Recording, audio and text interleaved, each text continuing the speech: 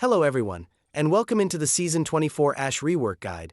This guide is going to be divided in two parts, the Beginner Guide and the Advanced Guide. We will go through the new changes, the abilities, the perks, and the best playstyle and tips for Ash.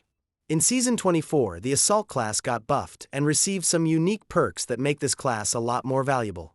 The first one, Stowed Reload. Reload your gun when not equipped after 2 seconds. The second one, Combat Reserve, gives Ash 2 extra slot just for grenades. This is going to be really important later.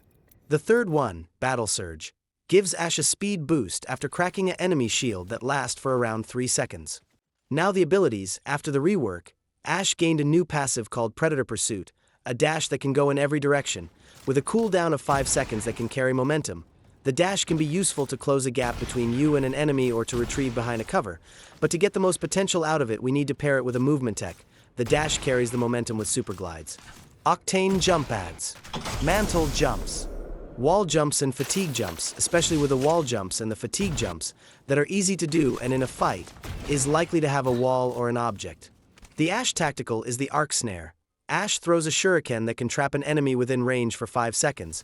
The Arc Snare, it's not invisible, and some abilities can let the enemy's escapes like Wraith fade, so be careful to target the right opponents. The Arc Snare, it's perfect if paired with a grenade. If the combo is landed correctly, it's a ton of damage for free.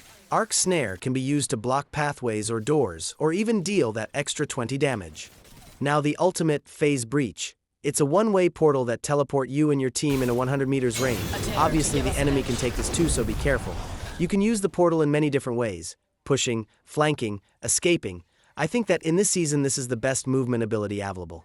Now the perks. Ash Blue perks are Dual Breach, a double phase breach charge, and Greedy Snare. The duration of the snare is tripled and it can catch multiple enemies.